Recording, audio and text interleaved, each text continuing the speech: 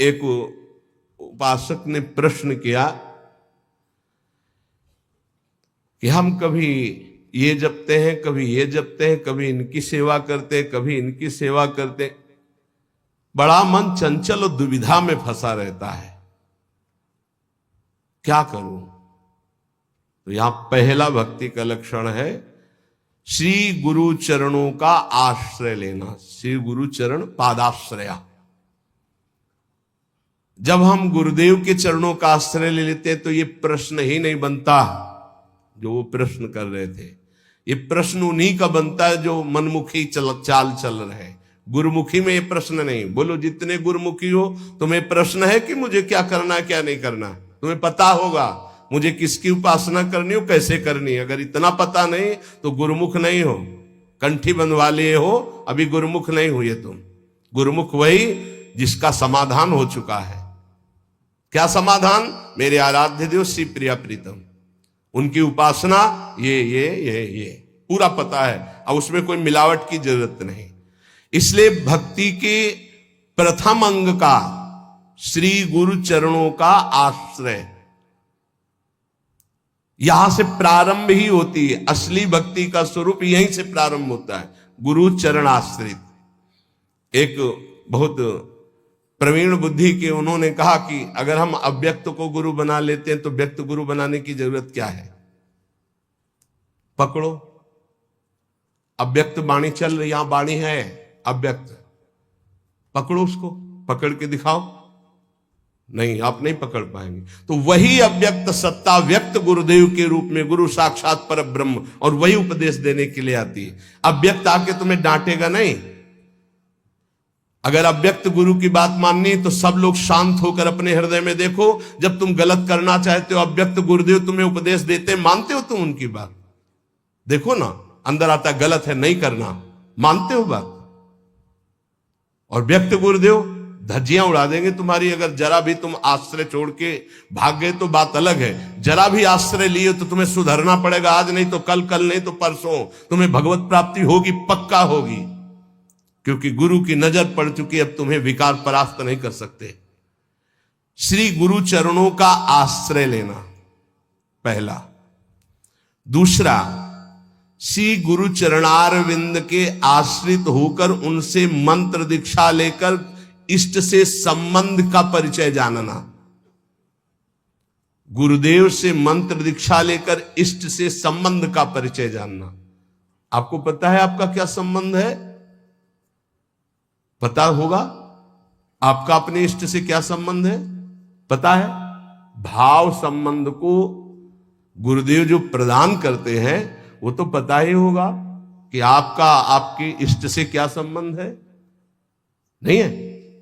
हाँ, यह अंदर का विषय है। अपने इष्ट से क्या संबंध है ये आपको पता होना चाहिए। गुरु मंत्र दीक्षा और इष्ट संबंध भक्ति के 64 अंगों में दूसरा। पहला है, सबसे पहला गुरु आश्रय। एक आए थे बहुत ज्ञानी जी, बहुत बड़े ज्ञानी जी। वो, मुझे मोह क्यों है? भ्रम हो गया है। ये भ्रम क्यों है? क्योंकि अज्ञान है। यह ज्ञान क्यों है? क्योंकि आप स्वीकार किए। ये आप कौन है? ब्रह्म है। ये ब्रह्म कैसे है? वह किसके चेला हो? गुरु बनाया किसी को? बोले बनाने की चेष्टा की थी, किसी का नाम लिया, बोले बनाया तो किसी को नहीं। तो उनका कुछ नहीं हो तुम। वह क्यों है? माथे में तिलक लगाया, कोई प्रश्नवाचक चिन्ह का नहीं, देख के ही पता चल जाएगा कि संप्रदाय के हो। नहीं चल रहे, क्यों संप्रदाय के हो? नहीं, आप किस संप्रदाय के? बोले क्यों? किसके चेला हो? बोले क्यों के। तो ऐसे एक प्रश्नवाचक चिन्ह नहीं होता। तिलक लगाया करो प्रश्नवाचक चिन्ह का, दूर से पता, दूर से डर जाएगा लोग, कौन संप्रदाय बोले क्यों वाला है। बच्चों, इसका समाधान नहीं है। क्यों क्यों क्यों?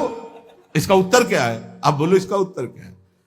तो गुरु पादाश्रया पहला, और दूसरा है गुरु से मंत्र की दीक्षा और इष्ट संबंध।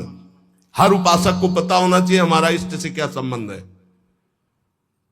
तीसरा, विश्वास पूर्वक गुरु चरणों के आश्रित होकर उनकी सेवा करना, गुरु चरणों की सेवा करना। आज्ञा समन सो साहिब सेवा, गुरु की आज्ञा पे चलना। गुरु सेवा तज करें जबान, यह अधर्म यह सब हानि कान नरस कर बेरा है। देखो एक बात तो इतना समझ ही लो कि तुम मानो चाहे ना मानो, गुरु जी जो है वो भगवान ही है, दूसरा नहीं है। जितने भी गुरुदेव है सब भगवान है। और जब आप गुरुदेव से कोई भी कपट या छुपाव करोगे तो गुरुदेव के पास एक दृष्टि होती है। जैसे ऐसे देखो ना तो टेलीविजन में सब नहीं दिखाई देता, जो चैनल लगा वो चल पड़ता है, ऐसे चल पड़ता है, हर चैनल चल पड़ता है। तब हंसी आती है। कितने बच्चे हो तुम, क्या समझते हो तुम गुरु को? मनुष्य मानते हो? नहीं, कभी ऐसा। हम सबसे हाथ जोड़कर प्रार्थना करते हैं, एक घर ऐसा रखो जहां सत्य की व्यवहार वृत्ति हो। गुरुदेव माफ हो जाएगा, सब माफ हो जाएगा, हमारी बात मान लेना। तुमने ऐसा किया जी तो तुम्हें दंड भोगना पड़ेगा जी। कोई छुपाव नहीं, कोई कपट नहीं, कोई मत डरो। गुरु से सत्य व्यवहार करो, ये सबसे बड़ी गुरु सेवा है। नहीं, गुरु ते कपट मित्र ते चोरी, या हो निर्धन या हो कोढ़ी। ये हम संतों की भाषा कह रहे हैं। कुष्ठ रोग से ग्रसित हो जाता है आगे चलकर जो गुरु से छल कपट करता है। ध्यान रखना, निर्धनता, भजनहीनता, ये सब उसके जीवन में आ जाएगी। ये सब 2 मिनट का काम, माया का 2 मिनट का काम है ये। फूलो मत, भूलो मत, सावधान। जिन्होंने मंत्र दिया है, जिन्होंने अपना जीवन दे दिया है, उनके तुम लाड़िले हो, तुम्हारा अमंगल करेंगे। तुम्हें डरना है इस बात से केवल कि हमसे कोई त्रुटि ना हो जाए। गुरु जी हमें डांटेंगे या फटकारेंगे या मारेंगे तो हमारा जीवन कृतकृत्य हो जाएगा। सच्ची मानिए, अभी मारा ही नहीं पड़ी इसीलिए तुम बहक रहे हो। एक बार माया की मार तो बहुत खा चुके हो तुम। एक बार गुरु की पड़ जाएगी चपत तो जीवन ठीक हो जाएगा, पक्का समझ लो। जिस दिन गुरु करुणा करके एक चपत मार देंगे उस दिन से माया मारना बंद कर देगी, पक्का समझ लेना। वो बड़े भाग्यशाली हैं जिनको गुरु की डांट और चपत लगती है। मनमानी आचरण करके ऐसा मत करना कि अब चपत खानी ही है कुछ ऐसा करे कि नाराज हो जाए तो फिर दिन भर नाराज ही बने रहेंगे। इतने हैं, अगर हमसे कोई गलती होती है और गुरु हम पर नाराज होते हो, चपत मार देते हैं, तो माया की चपत से मुक्त हो जाओगे, पक्का।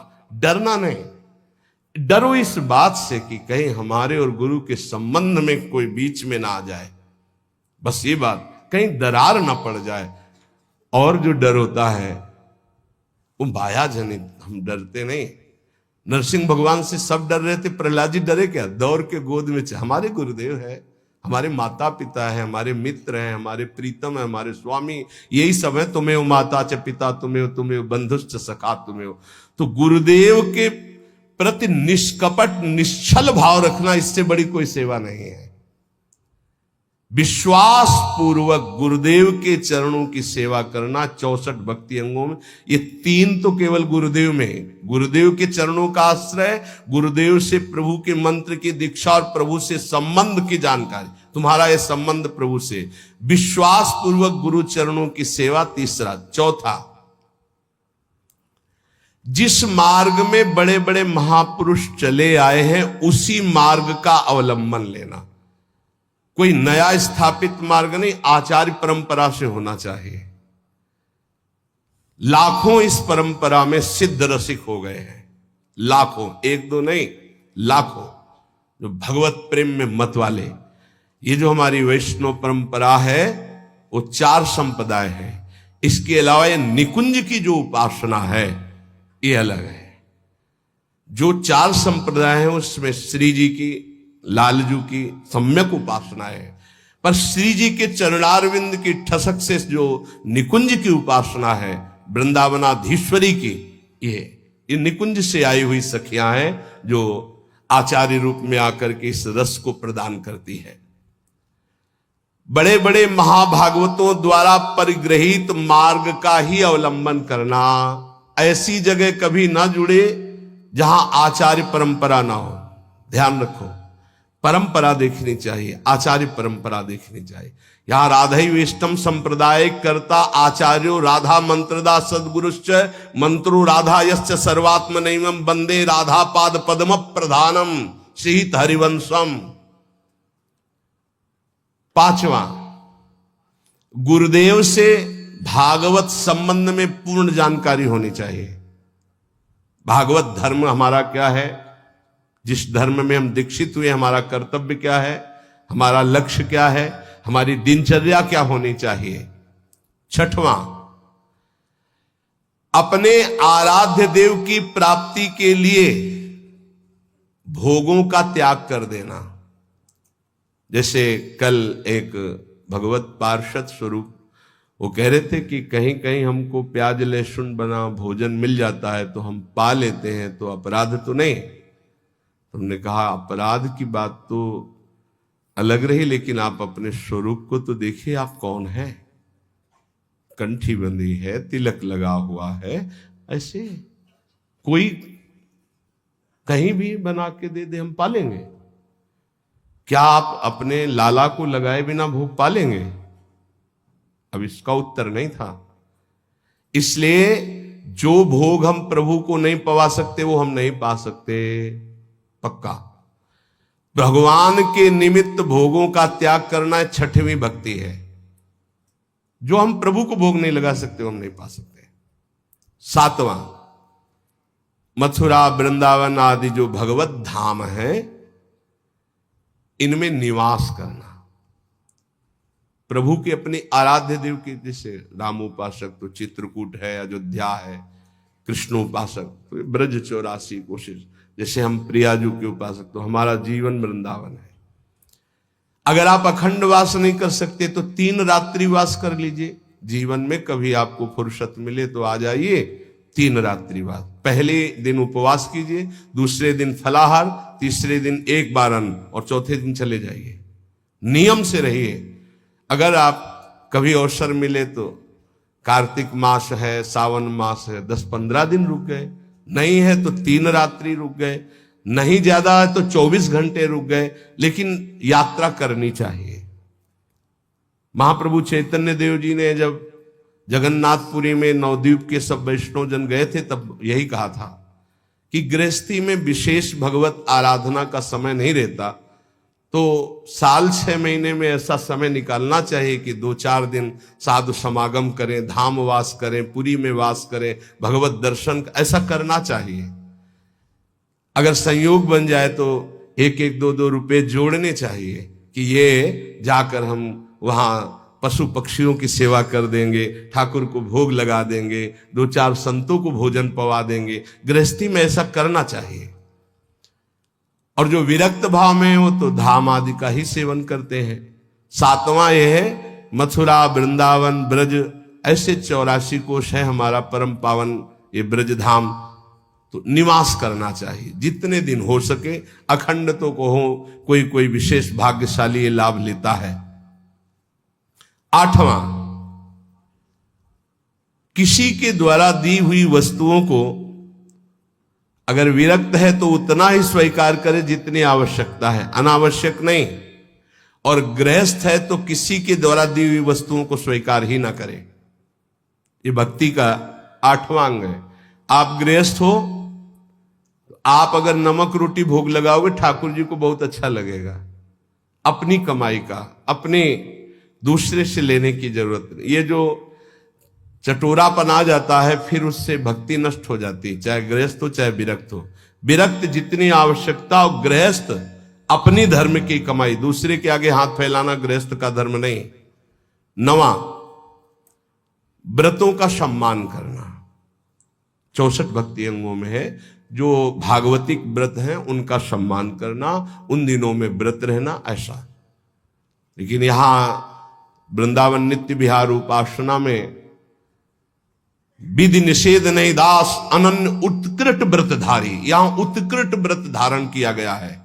ज्ञान धर्म व्रत कर्म जीते सब काहू में नहीं मोह प्रतीति, रसिक अनन्य निशान बजायो एक श्याम श्यामापद प्रीति। सर्वस्व महाप्रसाद प्रसिद्ध ताके, ये सर्वस्व श्री जी की जूठन के आगे हमारा कुछ नहीं। श्री जी का उच्छिष्टामृत, 8 पैर उनका दुलार। 10वां, आंवला है, पीपल है, तमाल है, ये वृक्ष हैं। आप परिक्रमा कर रहे हैं तो इनको दाहिने कर लीजिए, दाहिने करके निकलिए। अगर आपको सहज में दिखाई दे रहा है कि आंवला, पीपल, तमाल आदि, तो थोड़ा 4 कदम चलकर उसे दाहिने का अपनी परिक्रमा में ले लीजिए, प्रणाम कीजिए। इनका सम्मान करना ये भक्ति का 10वां अंग है। 11वां, जो भगवान की निंदा करने वाले हैं, भक्तों की निंदा करने वाले हैं, भक्ति की निंदा करने वाले, ऐसे भगवत विमुख को पहचान ले और उसका कभी संग न करे। ये भक्ति का अंग है।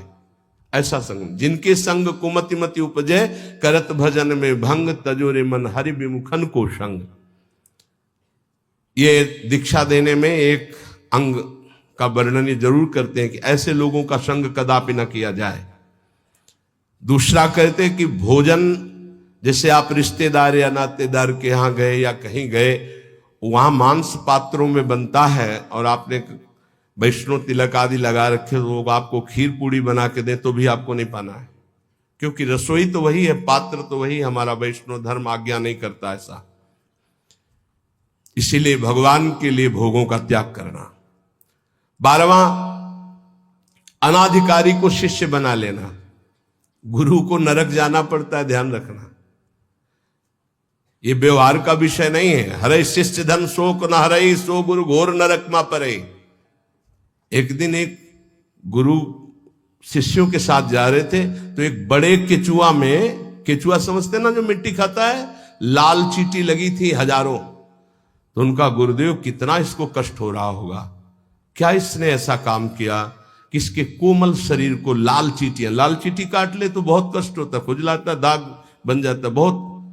बोले हजारों इसके कोमल शरीर में लगे हैं। ध्यानस्थ हुए, कहा बेटा ये गुरु जी हैं, ये चेला है। ये गुरु जी हैं जो केचुआ बने हैं, और ये चेला है जो चींटी बनी। इनसे धन लिया है, भगवत प्राप्ति की कोई चर्चा नहीं। तो ये देखो ये लीला हो रही। एक न सुने एक नहीं देखा, गुरु शिष्य अंध बधिर कर लेखा। गुरुदेव उपदेश नहीं कर रहे, अपने शिष्य को गलत मार्ग में जा रहा है तो डांट नहीं रहे, और शिष्य गुरुदेव की बात नहीं सुन रहा, दोनों नरक भोगेंगे। अनाधिकारी को शिष्य बनाने का मतलब है अपनी गति में फर्क डाल लेना। इसलिए आरत अधिकारी जब पावे गूढ़ तत्व न। ये व्यवहार का विषय नहीं कि आपके व्यवहार से हम दीक्षा दें, ये डायरेक्ट सीधा है। हमें अनुकूल लगा तो देंगे, हमारे धर्म के अनुकूल, नहीं लगा तो कोई व्यवहार का विषय है, ये धर्म का विषय है, ये जीवन का विषय है। तुम थोड़ी नरक में हमारी रक्षा करोगे, हम तुम्हारी नरक में रक्षा करेंगे। हमारे अनुकूल चलना होगा, जो धर्म का आचरण है। अनाधिकारी को शिष्य बनाने का मतलब है गुरु अपने नरक का निमंत्रण कर देना, या तो सभा में मना कर दे। सेवा विचारम नामक ग्रंथ, उसमें हमने पढ़ा था कि यदि शिष्य आज्ञा का पालन नहीं करता अनाधिकारी, तो सभा में खड़े होकर के उसका त्याग कर दे, बता दे कि हम त्याग करते हैं, आज के बाद स्वीकार नहीं है ये शिष्यत्व इसका, हमारी आज्ञा का उल्लंघन, तो आप बच जाओगे, नहीं तो भोगना पड़ेगा। 13वां, भक्ति के विरोधी ग्रंथों का कभी अवलोकन न करे। कॉमिक्स पढ़ रहे हैं, ये पढ़ रहे हैं, वो देख रहे हैं, ये देख रहे हैं, ये करते हैं, वो गेम खेलते। अरे यार, राधा राधा राधा राधा राधा, कृष्ण कृष्ण कृष्ण कृष्ण कृष्ण, इसमें समय लगाना है कि उसमें लगाना है? मंजीरा उठाओ, 1 घंटा कीर्तन करो, भागवत उठाओ, 10 अध्याय पाठ करो, गीता जी उठाओ, उसका ये भगवत मार्ग भाई। भगवत विरोधी भावों को नहीं, भगवत विरोधी ग्रंथों को नहीं। 14वां, जिससे हमारी भक्ति में बाधा पड़े ऐसे कभी कार्य ना करें। बड़े बड़े व्यवहारिक कार्य, बड़े बड़े सामाजिक कार्य, बड़ी बड़ी सभाएं जिससे हमारा भजन छूटे, ठीक। पूज्य पंडित गया प्रसाद जी महाराज गिरिराज वाले, तब माना जाएगा कि आपका भजन हुआ जब बड़े से बड़े शुभ कार्य के अनुष्ठान का मन न चले। सच्ची मानिए, महा उत्सव है यदि आप भगवत स्मरण कर रहे हो, इससे बड़ा कोई उत्सव नहीं। हर समय धीमी धीमी मधुर मधुर भगवान की नाम ध्वनि अंदर उठ रही, आप सुन रहे हैं उसे, उसी का चिंतन कर रहे हैं, इससे बड़ी कोई उत्सव की वृत्ति नहीं। भावोत्सवेन भजताम रसकाम धेनुम तम राधिका चरण रेणु महम स्मरामि। चाहे वो ज्ञान मार्ग हो चाहे भगवत भक्ति का मार्ग हो, जब तक संसार का चिंतन है तब तक न ज्ञानी है न वो भक्त है। और भगवत चिंतन इससे बढ़कर के कोई स्थिति नहीं है। भगवत प्राप्ति के लिए किसी भी चंदे की या किसी भी सहयोग की जरूरत नहीं है। वो हृदय से भगवत स्मरण करे, इसी से भगवत प्राप्ति होती। आप गीता जी और भागवत जी सब उठा करके देख लीजिए। अनन्यश्चिंतयन्तो माम अनन्य चेता सततम, जगह जगह अनन्य चिंतन। ये दूसरे के द्वारा नहीं होता, ये अपने द्वारा होता है। ये पैसे से नहीं होता है, ये बार बार अभ्यास से, मन लगाने से होता है। 15वां, यदि आपके घर कोई अतिथि साधु महात्मा आ गया है, भारी व्यवस्था नहीं है आपके पास, माना तो आज अपना भोजन दे दीजिए, उसमें कंजूसी मत कीजिए। आप अपने किसी उचित व्यवहार के लिए अर्थ ले जा रहे हैं, कोई बीमार तड़प रहा है, आप कष्ट सह लीजिए, वो पैसे से दवा उसको दे दीजिए। ये पूज्य गुरुदेव भगवान के श्रीमुख के वचन। प्राप्त सेवा का कभी भी त्याग नहीं करना चाहिए। वो भगवान की कृपा से आध्यात्मिक उन्नति के लिए होती। प्राप्त सेवा, आप जा रहे हो, कोई बहुत कष्ट से पीड़ित पड़ा है, आपको आवश्यकता है उसकी सेवा, आप बैठ जाओ, उसकी सेवा करो। नहीं कुछ है तो तन से सेवा करो, कपड़े से हवा करने लगो, पानी पिला दो, फिर उस समय जरूरत है तो 4 से याचना करके उसको आप औषधि दिला दो। उचित व्यवहार में, सेवा में किसी भी तरह का कुविचार या कृपणता ना होने पावे। अरे ऐसे तो सब पड़े ही रहते, नहीं नहीं, प्राप्त से भगवान ने तुम्हें सेवा दी, उस समय करो। कोई आपके घर आ गया तो वक्र दृष्टि से मत देखो, तो साधु महात्मा ऐसे नहीं। भगवान आए, तुम्हारे पापों का नाश हो जाएगा मंगल के लिए। अगर वो रोटी मांग रहे, भोजन मांग रहे, आप दौड़ कर जाइए, दरवाजे पर उनको भिक्षा दे दिए। सच्चा महात्मा कभी घर में नहीं घुसेगा, ये भी ध्यान रखना। ऐसे नहीं घुसेगा कि आपके गेट को लांग कर अंदर भिक्षा में जाए, ऐसा कभी नहीं, सिद्धांत नहीं। जो सच्चे मार्ग का पथिक को दरवाजे पे ही राधे श्याम बोलेगा, वो अंदर आ ही नहीं सकता। तुम्हें निश्चिंत रहना है। और जो अंदर आने की बात चेष्टा करे तो आपकी श्रद्धा, आपका परिचय है तो ठीक है, नहीं तो अनुमति नहीं है, पक्का। इसमें कभी धोखा नहीं खाओगे। जो सच्चे मार्ग का पथिक, उसको गुरुजन शिक्षा देते हैं, भिक्षा गेट के बाहर ही ली जाती है। भिक्षा कभी ऐसा नहीं कि आंगन में जाके मांगी जाती हो, कभी नहीं हो। जो आंगन में जाने की चेष्टा करे वो आपका परिचय हो तो ठीक है, आपका विश्वास तो ठीक है, अन्यथा हमारे शास्त्र आज्ञा ऐसा नहीं है। कभी कोई भिक्षा के लिए आ जाए तो अपना भोजन दे दे, लेकिन उसका तिरस्कार ना करे। अगर आप में इतनी भी श्रद्धा नहीं तो 2 बातें तो कर ही सकते हैं।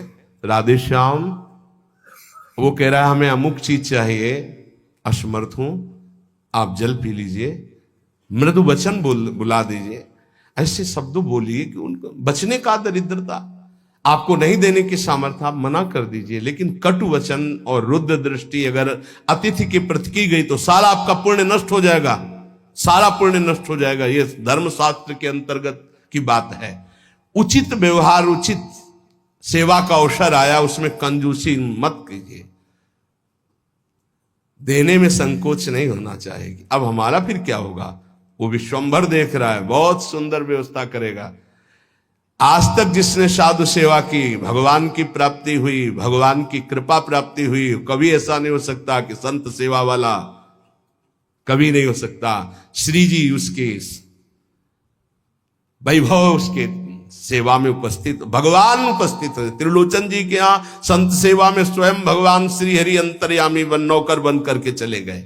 तो ये कभी ना सोचो कि भिक्षुक को, साधु सेवा को अगर हम स्वीकार करेंगे तो हमारा कुछ चला जाएगा। नहीं नहीं, एक का वो लाखों देता है, ऐसा महान है उनका मालिक। तो भक्त का ये 15वां लक्षण है 64 अंगों में कि आए हुए प्राप्त अतिथि सेवा, संत सेवा या किसी की ऐसी परिस्थिति, उसमें कंजूसी ना करे, वो बड़े भाव से सेवा करे। 16वां, कुछ भी नष्ट हो जाए शोक न करे। शोक क्यों न करे? हमारी बड़ी कीमती वस्तु नष्ट हो गई तो जिसने अनंत ब्रह्मांड बनाया, मेरा स्वामी जिस समय चाहेगा वो उससे बड़ी कीमती वस्तु दे देगा, मैं शोक क्यों करूं? दूसरा, क्रोध न करे।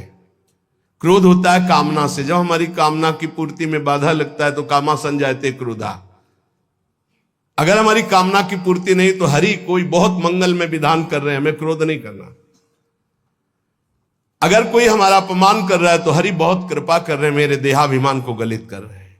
अगर कोई हमारी निंदा कर रहा है तो हमारे पापों को नष्ट कर रहा है, उससे जैसा हमारा प्यारा मित्र कौन हो सकता है। तो हमें क्रोध बनता ही नहीं किसी पर करने को। और भी काम आदि विकारों के वशीभूत ना होना, ये 16वां अंग है। 17वां, आप भले अपने देव इष्ट देव के अनन्य हैं, लेकिन किसी भी देवी देवता का आप निंदा या अपमान न करें, नहीं तो आपके इष्ट देव से आपकी रति खत्म हो जाएगी।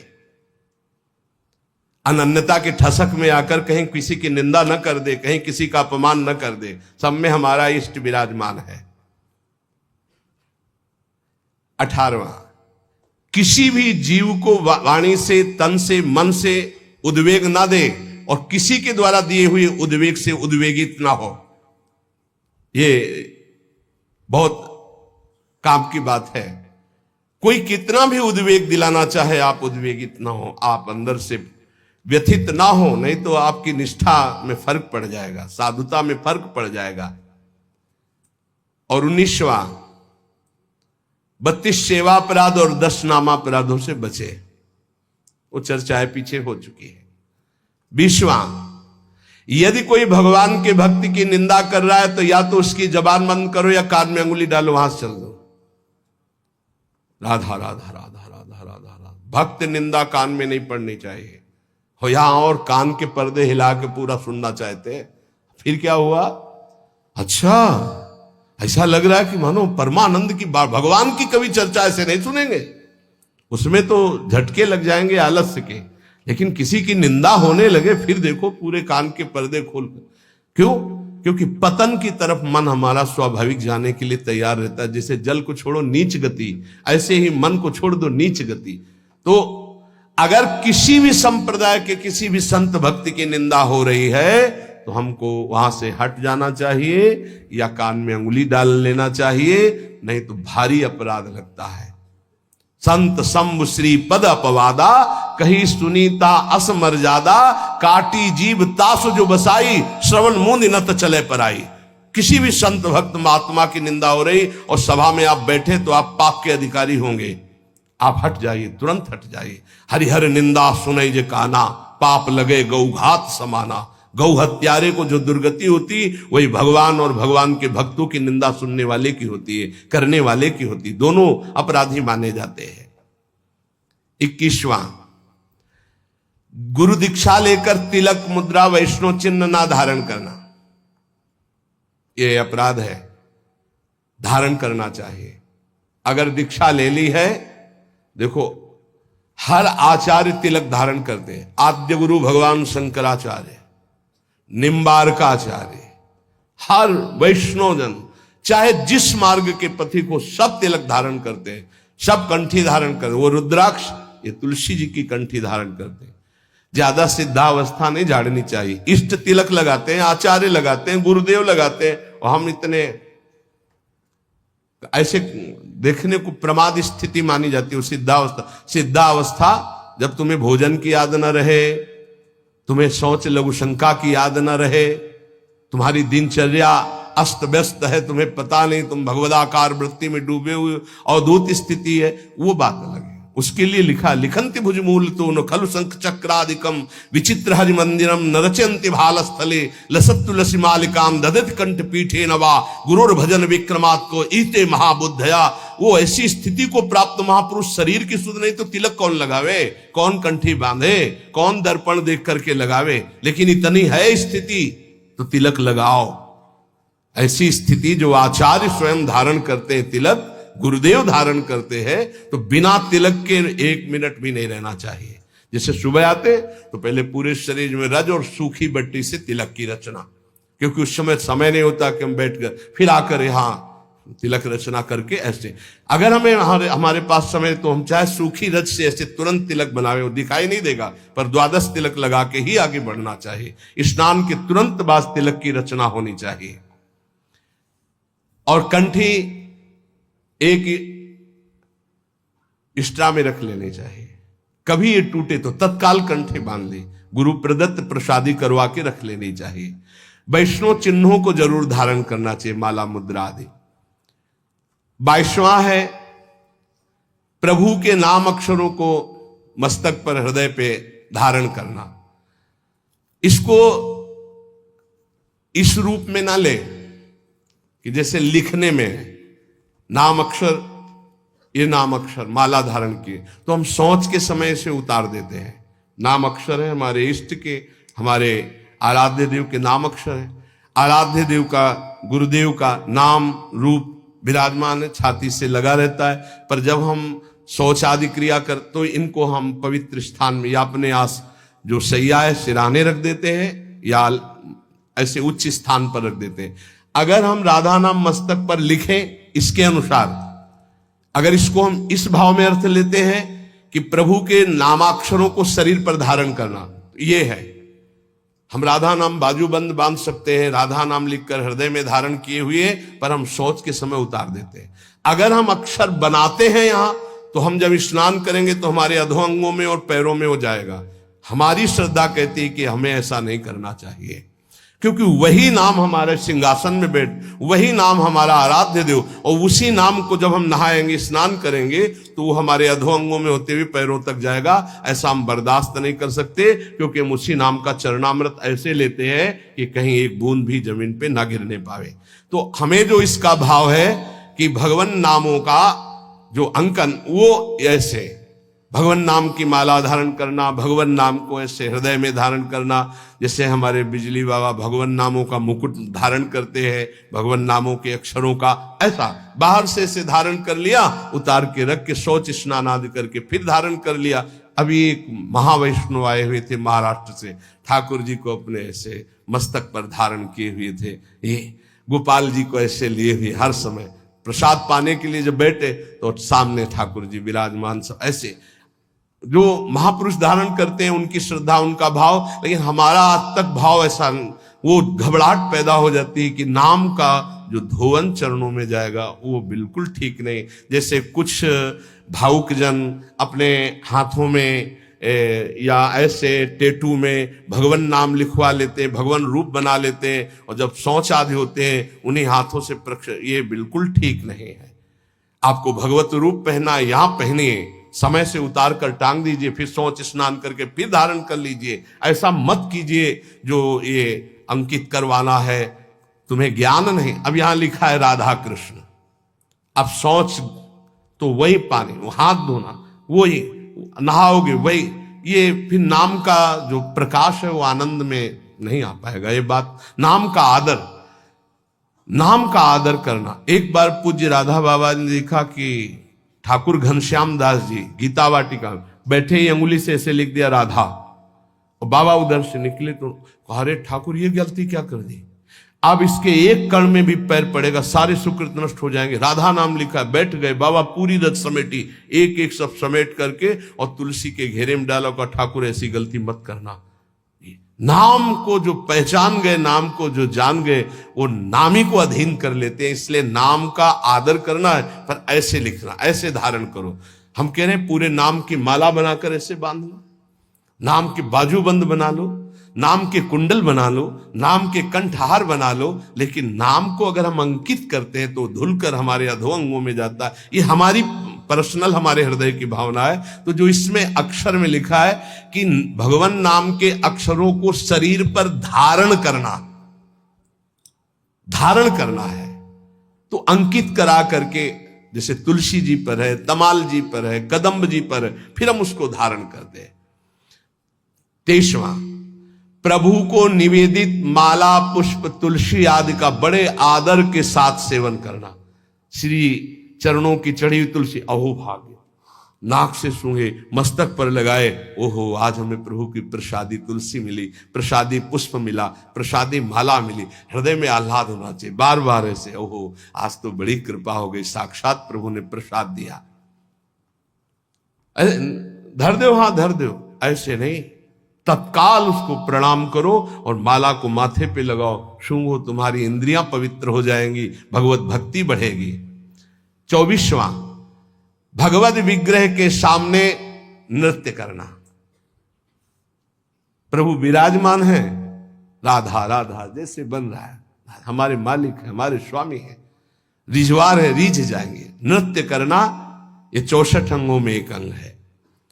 25वां, भगवत स्वरूप को साष्टांग दंडवत प्रणाम या पंचांग दंडवत प्रणाम ये करना। 26वां, जैसे गुरुदेव पधारे या भगवत विग्रह पधार रहे तो सबको खड़े हो जाना चाहिए। जैसे अपनी श्री जी श्रृंगार गृह से पधार रहे हैं या मंगला में शयन गृह से पधार रहे हैं तो सबको खड़े हो जाना चाहिए। श्री जी पधार रहे हैं, गुरुदेव पधार रहे हैं, खड़े हो जाना चाहिए। भगवत विग्रह का, गुरुदेव का अभ्युत्थान, उनको देखकर खड़े हो जाना है, सम्मान करना, ये भक्ति का 26वां अंग है। 27वां, आप देख रहे हो कि चाव जा रहा है, चाव कहते हैं ठाकुर जी की शोभा यात्रा। पहले आप प्रणाम करो, किसी की भी जा रहे हो, किसी भी ठाकुर की, किसी भी वैष्णव की प्रणाम करो, साष्टांग या पंचांग जैसी श्रद्धा बने सबको। फिर 5-10 कदम पीछे पीछे चलो, फिर प्रणाम करके वापस आ जाओ।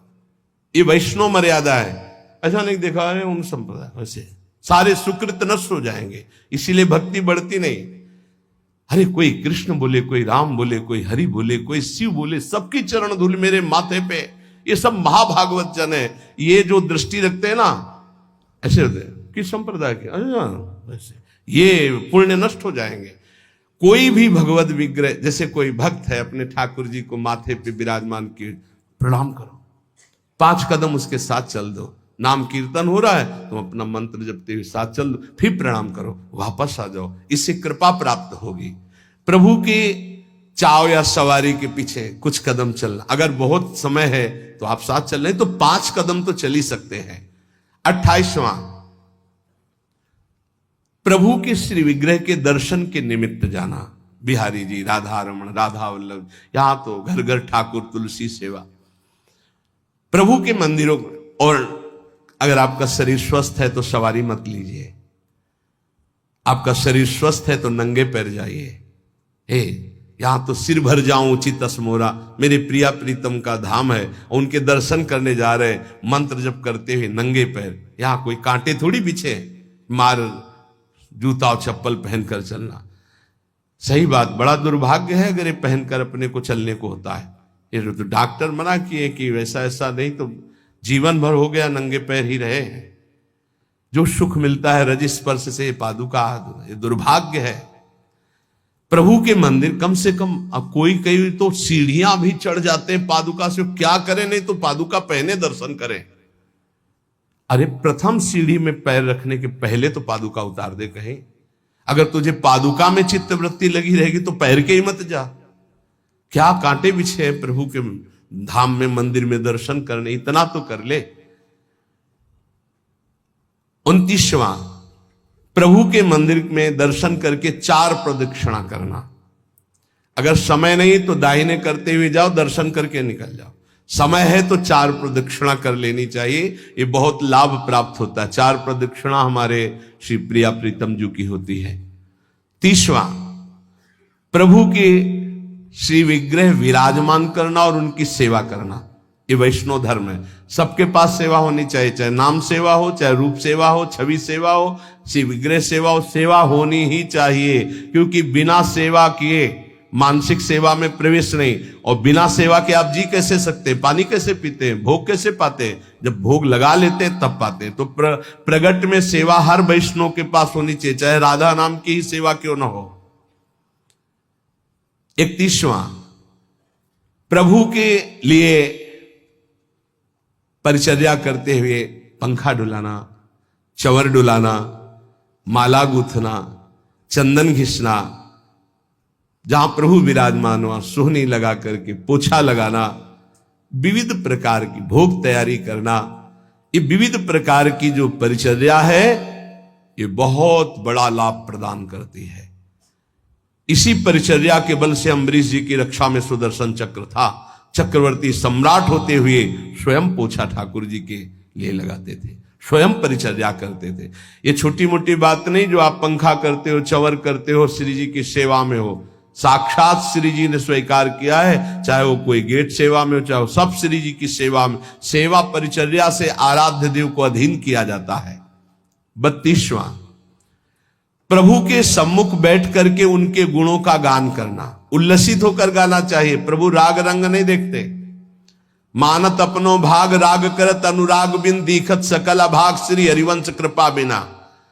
बहुत सब राग रागिनियों का ज्ञान है, लेकिन अनुराग नहीं है तो प्रभु नहीं रीझते। हाँ, लोग तो रीझ जाएंगे, प्रभु नहीं रीझेंगे। अब देखा है राग रागिनियों में प्रधानता रखने वाले पर, और लोगों की तालियां या लोगों का भाव देखते हैं। प्रभु बैठे उनकी तरफ पीठ है, ऐसे प्रभु हैं, ऐसे बैठे राग रागिनी, आओ सामने तालियां बज रही, सामने बज रहे।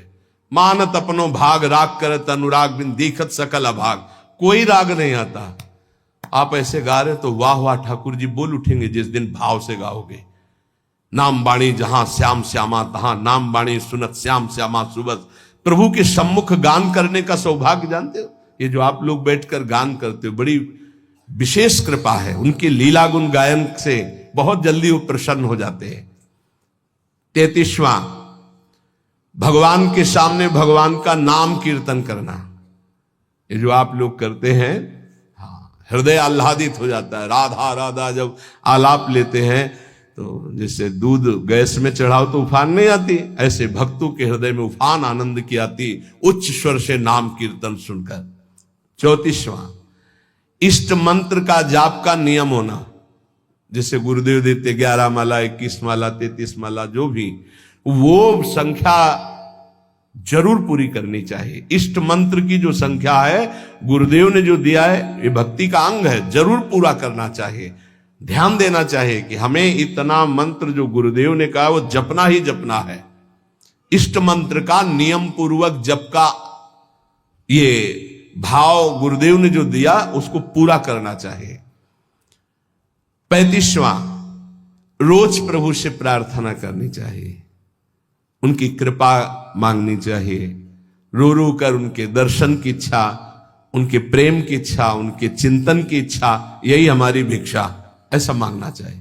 रोज 4 शब्द तो बोलना चाहिए, लाडली जो कृपा करो, अपना निरंतर नाम हमारे हृदय में चला दो। प्रिया जो और कोई चिंतन न बन पावे, बस आपका चिंतन बना रहे, ऐसा मन से बातें करनी चाहिए, वही प्रार्थना है। 36वां, महापुरुषों के द्वारा गाए हुए स्तोत्र और पदों का गायन करना चाहिए। जैसे चतुरासी जी है, ये सब स्तोत्र ही है। श्रीमद राधा सुधा निधि, एक एक श्लोक सब प्रार्थना भरे हुए हैं, स्तोत्रों का गायन करना चाहिए। 37वां, प्रभु के निवेदित किए हुए प्रसाद का बहुत महत्व रखना चाहिए। जैसे प्रसाद आया तो खड़े हो जाना चाहिए। भगवत प्रसाद आया, प्रणाम करके हाथ में जो तत्काल पाना चाहिए, तत्काल। प्रसाद की महिमा चाहे किनका रख, तत्काल, ऐसा नहीं रख दो फिर पा लेंगे समय आने पर, अभी हमारे पास समय नहीं, ये अपमान हो गया प्रसाद। भगवत प्रसाद का सबसे पहला सम्मान, माथे पे लगाओ, प्रणाम करो। अगर आप बैठे हो प्रसाद आया तो खड़े हो जाओ, पहले प्रसाद का सम्मान करो, भगवत स्वरूप मानना। एक कह रहे थे कि हम कुछ भी पाते हैं तो हमारा भजन रुकता है, तो हमका कुछ क्यों पाते हो? गुरु प्रसाद पाओ, भगवत प्रसाद पाओ। हाँ बोले वही तो हमका उसे कुछ में क्यों बोले? भगवत प्रसाद पाने से भजन में विक्षेप पड़ता है। बोले असली बात है कि विक्षेप पड़ जाता है, तो यहां तक टिटुआ तक कौन बोला कि खाओ? थोड़ा प्रसाद पाओ और देखो भजन होता है कि नहीं होता है। अब हलवा पूड़ी सब तो ठाकुर जी हजम कर पाएंगे, वो तो विश्वंभर है, वो तो आग पी गए, तुम पियोगे क्या? वो तो पी गए आग, दावानल में सब सखाओ जब गौएं हुई, ऐसे कह के मुंह पे पी गए। देखो भगवत प्रसाद किनका लो, मधुकरी भरपेट पाओ। जो मंदिर से प्रसाद मिले तो किनका ले लो, ये सिद्धांत वैष्णवों का रहा है। एक बार झाड़ू मंडल के पूज्य महाराज बलराम दास जी महाराज, उनको वृद्ध अवस्था में एकदम काम वेदना जागृत हो गई। वो कोई माताएं स्नान करेंगी तो दृष्टि, तो उन्होंने कहा कि अब जीवन को नहीं रखेंगे, गलत भाव आ गया। तो सब भक्तों ने कहा कि चलो वृंदावन की परिक्रमा लगाते हैं। तो नाम कीर्तन करते हुए परिक्रमा लगाई तो जो विकार आया था वो हट गया। बहुत बड़ा प्रभाव है, जिससे आपका ज्यादा दिमाग संसार की तरफ आकर्षित होने लगे। तो कोई अन्न चला गया दूषित, तो आप वृंदावन की गिरिराज जी की परिक्रमा लगा लो, पूरा नशा उतर जाएगा, जो अन्न आदि का दोष का है वो नष्ट हो जाएगा। उन्होंने कहा कल प्रसाद कहां से पाया? तो कहा गोविंद देव जी का। उस समय गोविंद देव जी विराजमान थे। गोविंद देव जी का प्रसाद भला कैसे? गए और जो श्रीअंग सेवी थे उनसे पूछा कल गोविंद जी का भोग कहां से लगा? बोले कलकत्ता की वैश्या ने लगवाया। तो गोविंद जी से कहा भोग है ना, आपका प्रसाद न पाओ तो वो अपराध बने, प्रसाद पाओ तो काम दोष जागृत हो। इसका मतलब क्या है? वो तो सीधे ठाकुर जी से बात। तो ठाकुर जी ने कहा बाबा प्रसाद पाने के लिए कहा था, भरपेट पाने को कौन कहता है? इतना किनका लो प्रसाद का? हमारा पूरा संसार है, हम तो सबके पाएंगे, हम तो सबके लाड़िले हैं। तुम्हें जरा सा किनका लेकर हमारे प्रसाद की रक्षा करनी और पेट भरना माधुकरी से, भिक्षान्न के द्वारा। भगवान के निवेदित प्रसाद को ग्रहण करना।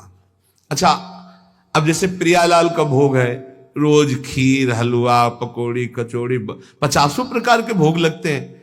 अब रोज पाओगे तो तोंद चिकनाएगी, भजन में रस थोड़ी आएगा।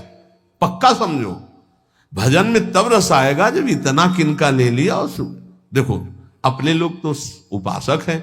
श्री स्वामी हरिदास जी महाराज ललिता जी के अवतार, कोई साधक नहीं है, पर 56 भोग बिहारी जी का लगा। उत्तम भोग लगाए मोर मरकट को सेवएं। वृंदावन के मोर मरकट को ऐसे ऐसे करके चीख लेते और चना, आप चना पाके रहते सूखे। बिहारी जी का भोग 56 भोग, उत्तम भोग लगाए मोर मरकट को सेवएं। वृंदावन के मोर मरकट गाय आदि को दे दे, भगवत प्रसाद है, पाओ तुम। हम क्या पा रहे हैं? जरा किनका लिया और सूखे चना।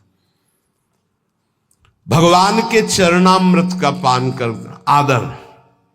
जब चरणामृत लेने का अवसर आए, 38वां नंबर, तत्काल ऐसे हाथ में ऐसे वस्त्र लगा के चरणामृत लेना। कोई कोई तो हमने राधा वल्लभ जी ने सुना, ए पानी दे दो हमको भी जल। ऐसे नहीं बोला जाता। चरणामृत पानी, चरणामृत जल है? नहीं नहीं, भगवत चरणामृत तो बेचारे जानते नहीं है ना। ऐसे सदैव लेना चाहिए कि एक बूंद भी पैर में ना गिरे। ऐसे लेकर चरणामृत का पान करना। और रोज नियम बना लो, सबसे प्रार्थना है कि बिना चरणामृत के तुम्हारी दिनचर्या शुरू नहीं होनी चाहिए। स्नान किया, रज लगाई, तिलक लगाया, चरणामृत लिया, अब हमारी दिनचर्या शुरू होगी। जब तक जबान, हम ये परम वैष्णव की बात करें, जबान में चरणामृत नहीं गया तब तक और प्रसाद नहीं पाएंगे। पहले चरणामृत। और 39वां, प्रभु को चढ़ी हुई सुगंधित इत्र, धूप आदि ग्रहण। इत्र का जैसे फूहा श्री जी के अंग, बहुत मंगलमय श्री ओ से गंधारी मेरी प्रियाजू के श्री अंग का स्पर्श किया। इसीलिए इन प्रेमी जनों को समझ पाना मुश्किल होता है। अब इत्र की सुगंध आ रही, पान का बीड़ा मुख में लगा हुआ है तो लगता है कि कैसे पान खाए हुए जो निषेध है, माला पहने हुए जो निषेध, संत को इत्र लगाए हुए जो निषेध। पर ये निषेध नहीं है, यहां ये विधि है। वैष्णव सेवा, वैष्णव संप्रदाय में, भगवत आराधना में ये विधि है। प्रभु को चढ़ा हुआ इत्र और धूप आदि की गंध लेना, सुगंध लेना, इससे भक्ति बढ़ती है। 40वां, पवित्र होकर ही भगवत विग्रहों का स्पर्श करना, अपवित्र दशा में नहीं। पर बहुत पवित्रता का थोड़ा निर्वाह आजकल बहुत कठिन हो गया है। अब इतने बढ़िया बाथरूम बने हुए कि रज का तो छू नहीं सकते हैं, वही साबुन से ऐसे कर लिए तो हमारी दृष्टि में अपवित्र ही मानते हैं हम। अगर रज का सेवन नहीं तो अपवित्र ही है। और अगर आप कि वस्त्र उस शौचालय वाले पात्र में वो है ना, उसमें छू गए तो हम अपवित्र ही मानते हैं, वो सेवा लायक नहीं। बहुत संभाल करके, आजकल वो अटैच बाथरूम है ना, बहुत संभाल करके, पवित्रता बड़ा कठिन हो गया है। 41वां, जब दर्शन करने जाए तो आचमन करके पवित्र होकर के ही भगवत दर्शन करने जाए। 42वां, अगर आप दर्शन करने गए हो, पर्दा आ रहा है कि आरती होने वाली है, तो रुक जाइए, चाहे जितना बड़ा काम हो, भारी से भारी कार्य को छोड़कर आरती के दर्शन करके ही जाइए, आरती का महत्व रखिए। आरती के प्रकाश में जब प्रभु के श्री अंगों का दर्शन होता है, कोटि कोटि जन्मों के अघों का मार्जन हो जाता है। 43वां, अगर कहीं भगवत चर्चा हो रही, कथा हो रही, भगवत नाम कीर्तन हो तो रुक जाओ, 2 मिनट बैठ जाओ। एक घड़ी आधी में पुनियाधि, तुलसी संगत साध की कोटि कटे अपराध। अगर भगवत चर्चा हो रही, कथा, यहां क्या हो रहा, सत्संग, बैठ जाओ। आधी में पुनियाधि, 12 मिनट बैठ जाओ, 6 मिनट बैठ जाओ, कुछ शब्द पढ़ जाएंगे, तुम्हारा मंगल हो जाएगा। नाम कीर्तन हो रहा है, भगवत कथा हो रही, कोई संत भगवान बोल रहे, 2 मिनट सुन लीजिए, तुम्हारा मंगल हो जाएगा। भक्ति का अंग है। हाथ जोड़ करके वहां बैठ करके सुना, ज्यादा समय नहीं तो 10 ही मिनट सुना, चल दिया। 44वां, हर समय भगवत कृपा, गुरु कृपा की बाट जोहते रहना। गुरुदेव की कृपा की याचना करते रहना, भगवत कृपा की याचना करते रहना, क्योंकि इसी कृपा से सारी निर्विकारिता आती। गुरु कृपा से ही निर्विकारिता, भगवत कृपा से ही आती है। 45वां, नित्य निरंतर भगवान के नाम का जाप करना। मंत्र जाप का नियम तो है ही, लेकिन उठते बैठते चलते फिरते श्वास श्वास में अपने आराध्य देव के नाम का जप करना। 46वां, नाम जप करते हुए रूप के ध्यान का अभ्यास करना। श्री आधा वल्लभ लाल को हृदय ध्यान, मुख नाम, मुख में नाम और हृदय में उनका ध्यान।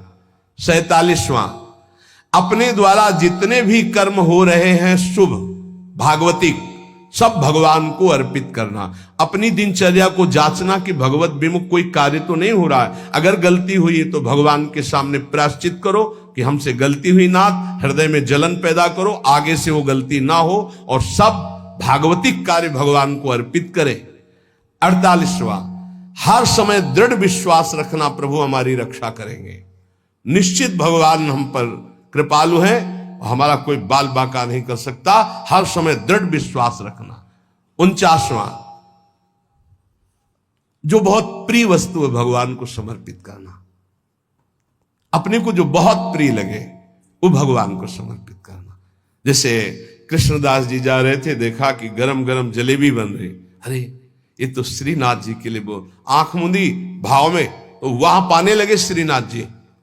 जय जय ने पूछा कि ये विठलनाथ गोस्वामी जी ने कि जय जय हमने तो यहां भोग लगाया नहीं, आप कहे, बोले कृष्णदास बाजार से भावना कर रहा है तो मैं पा रहा हूं।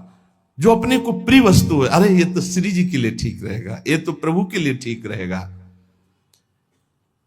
51, हर समय प्रभु की शरण में है, ये ध्यान रखना। हरि शरणम सनकादि रखते रहते हैं, तो हर समय अपने को ध्यान रखना कि मैं कोई अनाथ नहीं हूं, मैं दीनानाथ नाथ अनाथन हित समर्थ मोहन श्री राधा, हम प्रिया प्रीतम की शरण में हैं। 52, प्रभु के लिए ही केवल सारी चेष्टाएं करना, स्वसुख वांछा का त्याग करके ये जब करोगे तो ये आ ही जाएगा। तत्सुख भावना में दृढ़ हो जाना। 53, प्रभु के लिए तुलसी का वृक्ष लगाना, प्रभु के लिए और वृक्षों का रोपण करना, उनकी सिंचाई करना, प्रभु के लिए दीप दान करना, ये प्रभु के लिए तुलसी जी लगाना और वृक्षों को लगाना। दुर्भाग्य हो रहा है, फ्लैट पर फ्लैट बन रहे, वृक्षों को काटा जा रहा है। जो प्रभु की प्रसन्नता के हेतु है, लता भवन सुख शीतल छां, श्री हरिवंश रहत नित्य जहां, तहां न वैभव आन की। 54, भगवान के प्रिय गुणों का गान करने वाले शास्त्रों की ही चर्चा करना। और भी बहुत से शास्त्र, पर हम भगवान की महिमा से युक्त गुणों का जो रचनात्मक स्वरूप भगवान व्यास देव जी और बड़े बड़े महर्षियों ने किया, हम उनका गान करते, या जो आचार्यों ने गान किया। 55, भगवत धाम में प्रीति करना। जैसे हमारे आराध्य देव का निज धाम वृंदावन है, ये हमारा जीवन, हमारा प्राण, ऐसा प्रीति करना। 56, किसी भी वैष्णव को देखते ही आह्लादित होकर दंडवत प्रणाम करना, विनय पूर्वक व्यवहार करना, और बन जाए तो उनकी आवश्यकता जो उन वस्तुओं की स्वीकार करें, संत वैष्णवों की सेवा करना। ये भक्ति बढ़ाने वाला है। यथाशक्ति भगवान के जो उत्सव आते हैं उनको मनाना, कृष्ण जन्माष्टमी, रामनवमी आदि आदि, यथाशक्ति जितना अपने पास है उसके हिसाब से हम उत्सव मना रहे हैं। दामोदर मास, कार्तिक मास का आदर करना। आप गृहस्थ हैं, अन्य समय नहीं मिलता, आ गए कार्तिक मास में 2-4 दिन रुके, नाम कीर्तन, पाठ, भजन, संत सेवा आदि, परिक्रमा आदि ऐसा करके चले गए। समय है, पूरे महीना रुक गए। 49वां, भगवान के उत्सवों को यदि अकेले ना कर पाए तो और लोगों को भी सम्मिलित करके विशेष रूप से भगवान की जन्माष्टमी आदि को मनाना। 60वां, भगवत विग्रह को साक्षात श्री भगवान मानना, ना कि उसमें कोई धातु बुद्धि, पाषाण बुद्धि आदि देखना। एक भक्त कह रहे थे हमें बहुत दुख होता है जब कोई हमसे पूछता है कि तुम्हारे ठाकुर का संगमरमर के हैं या धातु के हैं या ऐसे हैं, तो मुझे बहुत कष्ट होता है। तुम का कष्ट ना करो, यद्यपि आपकी प्रियता बहुत सही, पर सामने वाला नहीं जानता है इसलिए ऐसे पूछता है, ये अपराध है, ऐसे नहीं पूछना चाहिए। भक्तों का हृदय दुखी होता है क्योंकि उनके लिए वो साक्षात भगवान है। 60वां, भगवत विग्रह और भगवत भक्तों की सेवा का प्रधान भाव होना, यह हमारे जीवन का परम लक्ष्य है। ठाकुर सेवा और संत सेवा, अगर दोनों में पूछा जाए तो पहले संत सेवा फिर ठाकुर सेवा। हम अगर ठाकुर जी का स्नान श्री जी का करा रहे हैं और कोई भक्त आ जाए तो श्री जी को वहीं वैसे विराजमान करो, पहले उसका आदर करो। ऐसा ध्रुवदास जी ने भी वर्णन किया है। 61वां, जो भगवत शास्त्र के, भगवत प्राप्ति के सूत्र है, सिद्धांत है, उनका मनन करना। श्रवण करना, गायन करना तो है ही, मनन करना। 62, भगवत भक्तों की नामावली, भक्तों का कीर्तन करना, भक्तों की अर्चना करना, भक्तों की वंदना करना, भक्तों का संग करना, भगवान से भी बढ़कर भक्तों की प्रतिभाव करना, ये बहुत बड़ी बात है। 63, उठते बैठते चलते फिरते खाते पीते रात दिन जागृत स्वप्न सुसुप्ति स्फुरत में राधा पदा जप छटा, अपने आराध्य देव के चरणों का चिंतन, उठते बैठते चलते फिरते हर समय। 64, मथुरा मंडल, संपूर्ण मथुरा मंडल में इसका सेवन करना। ये भक्ति के 64 अंग सारांश में कह गए, इनकी व्याख्या की जाए तो महीनों चलेंगे। पीछे शुरू की थी तो स्मृति तक पहुंचे थे, भगवत स्मृति तक पहुंचे थे। इसलिए इन अंगों का सांगोपांग यदि उपासना हो जाए तो प्रेम का प्रादुर्भाव हृदय में हो जाए। अब इन 64 अंगों में बिल्कुल सरल भाषा में जिससे सब अंग आ जाएंगे, गुरु चरणों का आश्रय ले ले और गुरु मंत्र और गुरु नाम जो दिया हुआ है खूब रटे, सब अंग आ जाएंगे अपने आप। 2 बात पकड़ लो, गुरु चरणों का दृढ़ आश्रय और गुरु प्रदत्त नाम मंत्र में रति, इसी से सब अंग जागृत हो जाएंगे। आप सुनो, पढ़ो, अच्छी बात, ना पढ़ोगे ना सुनोगे तो भी आपके अंदर आ जाएगा, क्योंकि नाम में इतनी सामर्थ्य है कि वो सर्वांग भक्ति प्रकाशित कर देता है। वो सब ज्ञान, वैराग्य, विवेक सब जागृत कर देता है। इसलिए हमारी सबसे प्रार्थना है, गुरु मुख से मिला हुआ नाम वो बहुत जल्दी आपको लाभ प्रदान करेगा। गुरु चरणों का आश्रय और गुरु मंत्र, गुरु नाम का जप, ये भव समुद्र से पार होने के लिए सुदृढ़ उपाय।